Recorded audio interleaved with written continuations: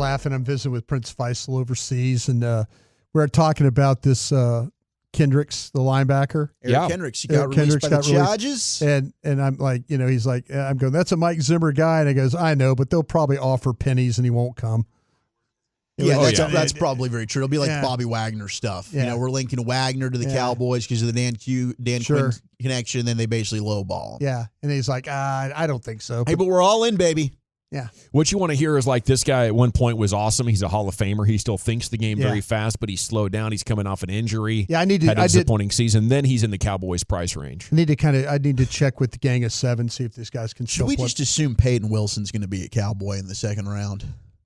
Maybe some Jonathan Brooks in the third. We just go. Who are these guys you're talking about? Who's Peyton Wilson? Peyton Wilson's probably the best linebacker in the draft from NC State. Yeah. Problem is he's got a lot of surgeries on his track record. He's got knee issues. He's got shoulder. He's been clean the last 2 years, though. I'm interested to see if any further information comes out about him of some medical concerns. Man, if you stayed healthy for 2 years, I think you've gotten past that for me. I know. But yeah. I'd gamble on him, but I get the linebacker deal. The Cowboys have done that a lot, and it hasn't worked. The Cowboys have drafted linebackers that probably haven't gotten their full extent of their careers because of medical things they're dealing with. Leighton Vander Esch came in with a bad shoulder. Yeah. Sean Lee, Bruce Carter. Mm-hmm. Heck, even the linebacker they got from LSU in the 5th round. Damone Clark. They get back surgery there. So they got a thing there. I mean, that's the second round Blue Star special. Peyton Wilson, he is the best linebacker, I think, in the draft. Well, our buddy John Owning has given some insight on Eric Kendricks. He said he's not the same guy anymore, but Mike Zimmer does love him. He was in L.A.? Yeah. So he left Minnesota, went to the Chargers, and since they've released him, I guess that's got to be a cap move. They're in dire cap need for some help there. The Chargers are in some trouble. Well, sometimes, especially a great veteran like Kendricks is desired by the coach if he had him in a previous spot just so he can know that at least one guy knows exactly what his role is. He can talk with the other guys about how this thing evolves. Man, you're preaching the right way there. That is a fantastic point because what exactly did Zim talk about during his introductory presser? It's we need to be able to speak the same language. Yeah. And who can teach those guys the language outside of just Mike Zimmer? Eric Kendricks would be able to do that. Yeah, so that's an interesting story to follow. I wonder if even if he is declined, now that puts him right here in this sweet spot where the Cowboys would be like, hey, this can be a veteran. We have overshown. We draft another guy on day 2 or day 3, and maybe, things can come together for this linebacker room. It's just crazy how many needs this team has, though. It is going to have to be a stroke of genius, I think, by the drafting scouts and by the pro scouts as well to get enough more good players in here, Brian. Yeah. I think you're right about that. Okay. Dak confident in a Cowboys resolution. Let's use that as story number 2 here in the CNOTE. And I am very confident as well. I think I'm 95% sure it'll happen next March. But if this season it does end in disappointment, if you miss the playoffs, which I think is now more likely than ever considering what's been said over the last 7 days of the Combine, if teams are telling Dak's agent at this time next year, hey, you're just a few days away from free agency. Cowboys are going to cap hell. You've spent nearly a decade now, 9 years as the Cowboys quarterback. Your brand as a celebrity QB is cemented. Your name is going to demand advertising dollars for years, just as Tony Romo still does. Tony Romo spent a decade. Now he's still doing spots. He's a little heavier in his golf shirts. And he's on TV. He's doing a hell of a job making $20-30 million off the field. That's you, Dak. That's you already. We'll give you 10% more than the Cowboys and a better chance to win the Super Bowl because the Cowboys are going to be rebuilding in 2025. They're going to cap hell, as I said, Brian. That's the only scenario in which I see it. It would start with missing the playoffs, and then Dak and his agent have to drive the hard bargain. Oh, they will. Yeah. They will. Yeah, I don't see any breaks from Todd France or from Dak. And hey, Dak is he's under that he lets Todd operate, and Todd hasn't let him down. Todd got him back to the table in 2 years, 3 years? It seemed like we were just talking about Dak and extensions and how this was all going to play out, and here we are back at the table, trying to negotiate another deal. So, he has no reason not to believe that Todd France is going to do right by him, and so just kind of expect it. Yeah, it'll be really interesting to see if the Cowboys pivot, because we've heard that they weren't sure the last time they bring in Trey Lance. Will they remain as sure if they miss the playoffs?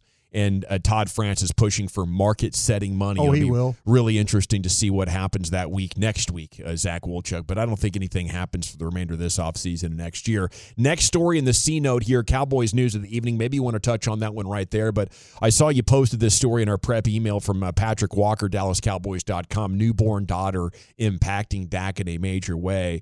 As a new dad yourself here, just 10 days old, how is it impacting you? What stood out to you from this article that you can now relate to? Oh, I thought it was awesome in terms of, Dak talking about he feels different. I mean, he said, quote, "I feel different when you wake up in the morning, you see that baby, you understand responsibilities and everything that I've always wanted for myself, but now you want it for someone else even more. It's special.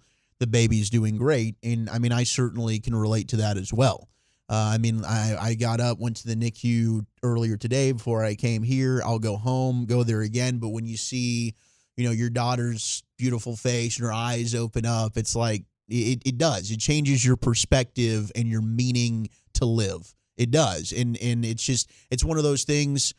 Everyone would told me that, but until it actually happens and your child is actually there, you don't really have that type of perspective. Now it's like, I'm living for more than just me. I'm trying to provide for her. I want to make sure all her desires and dreams can be fulfilled, and I need to make sure I do my part to make that happen. So Dak's got certainly that new dad glow, a part of that as well. And he did talk about changing the first diaper, and he said that he's probably going to try and pass that job along. I think that I'm actually going to have to be the opposite. I think I'm going to be the diaper guy? I think I'm going to end up being diaper guy. Is that am I getting got here? I mean, no. It really wasn't too bad. Is she working? No, she'll change some diapers. During the day, she's going to have to do it. But that's going to be the thing. When I come home after the show, it's Mom's been changing diapers all day because she gets to work from the house. Yeah. Now it's your duty. The thing you have to figure out is the nighttime feedings. That will be the one that kind of can make you, if you're having to get up at certain times and all that, and you want to do right by the missus. You don't want to, like, hey, I'll get up. And that was something I always remember well, that because it always seemed to come at different times, but it was always at 2:37 in the morning, 4:28 in the morning. You're always kind of like, whoa.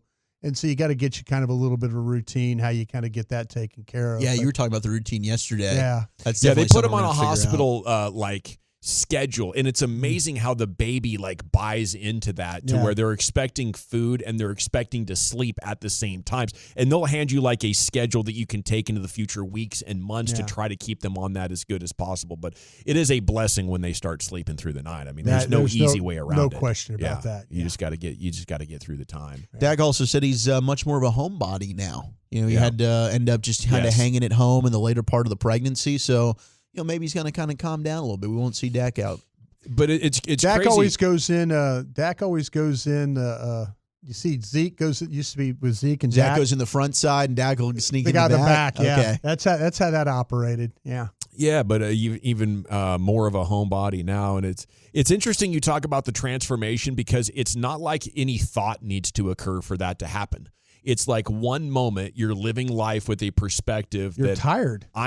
You're basically super selfish. Yeah. I'm first, and everything's being fed through that filter of me first, but then something else is first. Yeah. And the way that hits you, I think, is humbling. Yeah. It is spiritual, but then it also makes you wonder, what else could I do this with? What else could I put myself second in?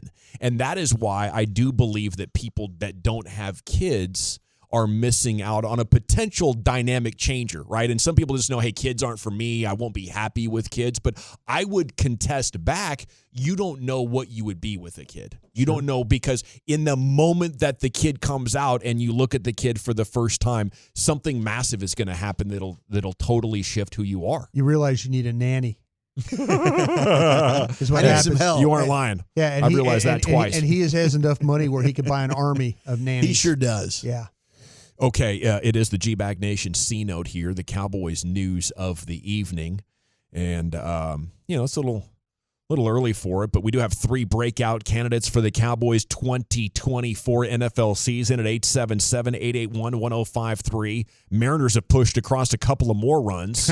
So Rangers are struggling to get the dub out there and surprise. 3 but straight losses potentially for the Rangers. it's all good, though, because Evan Carter is dominating. He's got 2 bomb skis on the day, and Wyatt Bangford is just a matter of time before he steps back in there and starts raking. Are we in like 20, 21 days till opening day kind of a thing? Yeah, the countdown is 23, yeah. 23, there we go. All right. Coming up on the 28th, 6:30, it'll be a Thursday afternoon against the Chicago Cubs here. The Cubs. On 105 through the Fan. Breakout candidates, are you buying any of these? Give me a percentage chance. We go to our friends at 2. Blogging the Boys. And 6. This is your guy, LP Cruz. LP. Jalen Tolbert, wide receiver. We talked about it last year, didn't we? Breakout candidate. I'd give you about, you give me 15%. 24. I think Bryant's being generous. I'd be more inclined to agree with Wolchuk. I was being generous. I mean, Tolbert, I think, can give you some flashes. You know what? The fact that they're even talking about visiting wide receivers, when you look at the visits that they took at the combine, and a lot of them were skill guys. Quite a few. I know that you're thinking about you're gonna move on from Michael Gallup. You know, I'm sure somebody will clip that and say, brought us former scout says he'll move on from. But well, hey, Machota told us yesterday he doesn't expect Gallup to be back. Possibility there, but yeah, I feel like the fact that they're looking at wide receivers should tell you a little something. But if they don't get one, or if they bust, if they take one, I mean, next year he might get good volume. Yeah. And he needs that. 268 yards on 22 catches and 2 scores this year. They tried to play him. A couple of big plays. They did. They played him. Yeah, it's hard to imagine him breaking through. Brock Hoffman, inside offensive lineman. Okay, they think he's probably a pretty good center. And that's where I think this is coming from. That they really do like him and feel like that if they didn't get a center, that maybe Brock Hoffman could be that guy. I'm hearing those kind of whispers. You know, that's fascinating. I wonder if they actually feel better about Hoffman than they do about Bass. You know, I mean, maybe they're more likely to say, hey, if we don't land a center, that's okay. We'll start Hoffman, and that's why we're willing to move on from Tyron, because we know we're going to take 24. We're going to take a tackle. Yeah. 6'4", 322. Tell me how he puts that to work, Brian. He did have a good appearance in the season finale against Washington. They weren't playing many players. No. What's he good at? He played well, too, in the Arizona game for first time out that they had to play, and did a pretty nice job there. So, to me, they were really, really high on his ability, the power that he plays with, because he is a big guy. And remember we were interviewing, we're talking to Zach Martin, and we always laughed about how Hoffman wears eye black incorrectly. Yeah. He's kind of a little bit of a loose screw guy. So as an offensive lineman and stuff like that, but the power, the strength, the agility, and a little bit of some toughness after the play, kind of a little edgy of a player, I could see why. And they say he's an extremely smart guy too when it comes to the communication aspects of things. So I can see why they're interested in potentially giving him an opportunity. It's interesting. Sounds like he's an off-season on the needle away from being a pretty dang good player, if you ask me. You know, Wanye Thomas, safety. I love Wanye. I think Wanye can play. I think that's a guy that needed to get more opportunity last year. I could see Wanye Thomas being a breakout type of dude, like we saw J-Ron Curtis and Donovan Wilson a couple of years ago. 35% or so. Could he be one of those safeties? Yeah, the thing is, he could play up and back. You could put him in coverage, and he plays down. He tackles well enough. I was hopeful that he would get more opportunity to play. He's a really smart guy, and what you can see with him too is game's important to him. Yeah, he cares. He really cares. He enjoys playing the game. But yeah, absolutely, he could be a guy. I think Mike Zimmer would like coaching him up a little bit. And he seems like a smart guy. He is. He seems like he's got some good football IQ. Yeah, absolutely.